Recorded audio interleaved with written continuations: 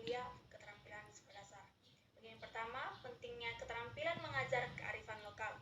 Pandangan para ahli, perennialisme memandang bahwa masa lalu adalah sebuah mata rantai kehidupan umat manusia yang tidak mungkin diabaikan. Wagiran tahun 2011 melakukan penelitian mengenai pengembangan model pembelajaran berbasis kearifan lokal. Hasilnya menegaskan bahwa pendidikan berbasis kearifan lokal sangat perlu diterapkan dalam sistem pendidikan nasional. Adapun alasan utama kearifan lokal dalam pendidikan.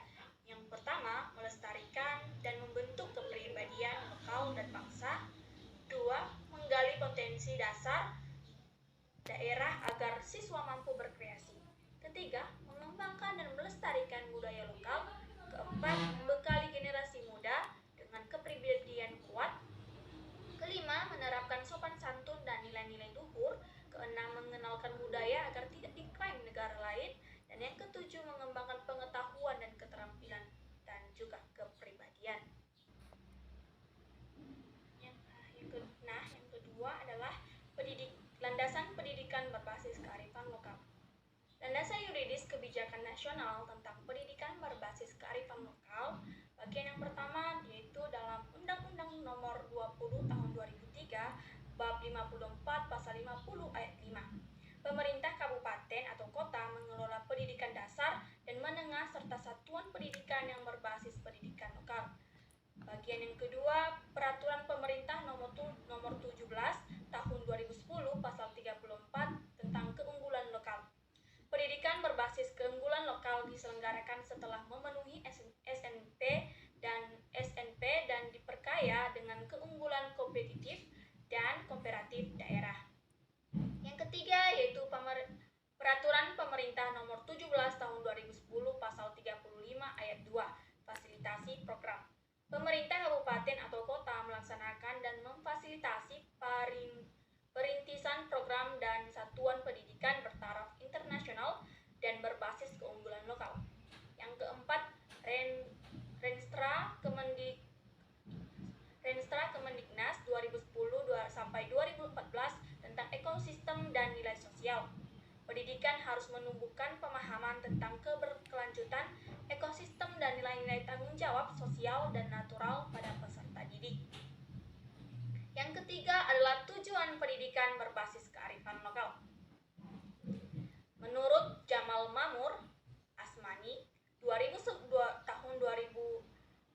tahun 2012 41, pendidikan berbasis kearifan lokal memiliki 3 tujuan utama.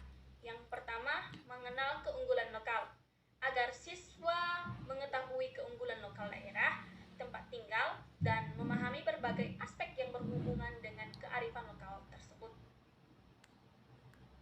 Yang kedua, mengolah sumber daya daerah.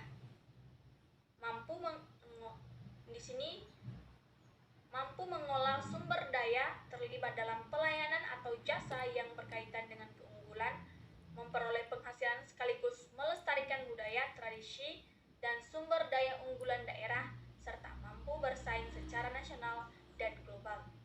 Yang ketiga, mencintai tanah kelahiran. Siswa diharapkan mencintai tanah kelahirannya, percaya diri menghadapi masa depan dan bercita-cita, mengembangkan potensi lokal sehingga daerah dapat berkembang seiring tuntutan era globalisasi dan informasi.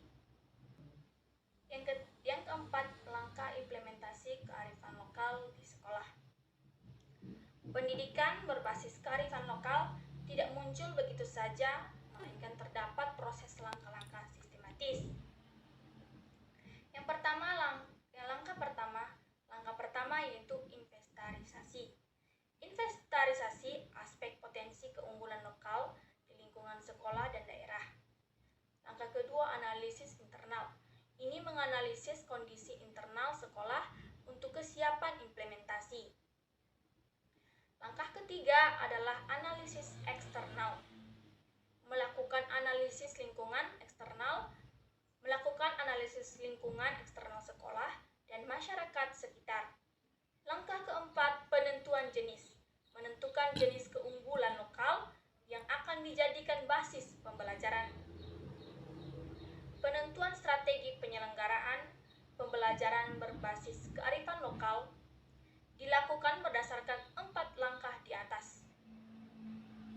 harus dilakukan berdasarkan 4 langkah di atas. Sekarang kita masuk pengembangan keterampilan mengajar berbasis kearifan lokal. Jamal Mamur Asmani tahun 2012 menjelaskan beberapa alternatif kiat sukses pengembangan sekolah berbasis kearifan lokal. Yang pertama, membuat teamwork sekolah. Kepala sekolah perlu membuat tim kerja khusus yang menangani sekolah berbasis kearifan lokal dengan konsentrasi penuh. Yang kedua, bekerja sama dengan aparat desa dan tokoh masyarakat. Sekolah harus mengikut sertakan aparat dan tokoh masyarakat dalam proses perencanaan, kajian, uji coba, dan pengambilan keputusan. Yang ketiga, studi banding. Studi banding ke lembaga pendidikan yang sukses menerapkan kearifan lokal dapat mempercepat perencanaan, pelaksanaan, dan penentuan target. Keempat, membuka pasar kearifan lokal. Kearifan atau keunggulan lokal identik dengan peluang ekonomi. Dibutuhkan manajemen profesional untuk meningkatkan kesejahteraan masyarakat. Yang kelima, mempersiapkan siswa terampil. Untuk menjangkau masa depan yang kompetitif, dibutuhkan sumber daya manusia yang berkualitas dan siap bersaing. Yang keenam, melibatkan masyarakat sekitar. Program harus melibatkan partisipasi masyarakat sekitar dalam konteks perencanaan, kajian, perumusan, pelaksanaan, dan evaluasi. Baik, yang menjadi kesimpulan dalam penjelasan saya adalah keterampilan mengajar berbasis kearifan lokal daerah merupakan kemampuan penting yang harus dimiliki guru agar proses pembelajaran berjalan efektif, bermakna, dan berakar pada budaya bangsa.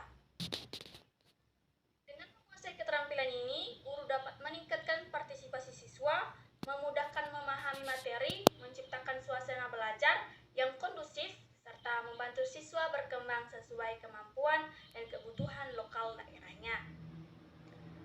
Akar yang kuat menghasilkan pohon yang kokoh. Demikian pula pendidikan berbasis kearifan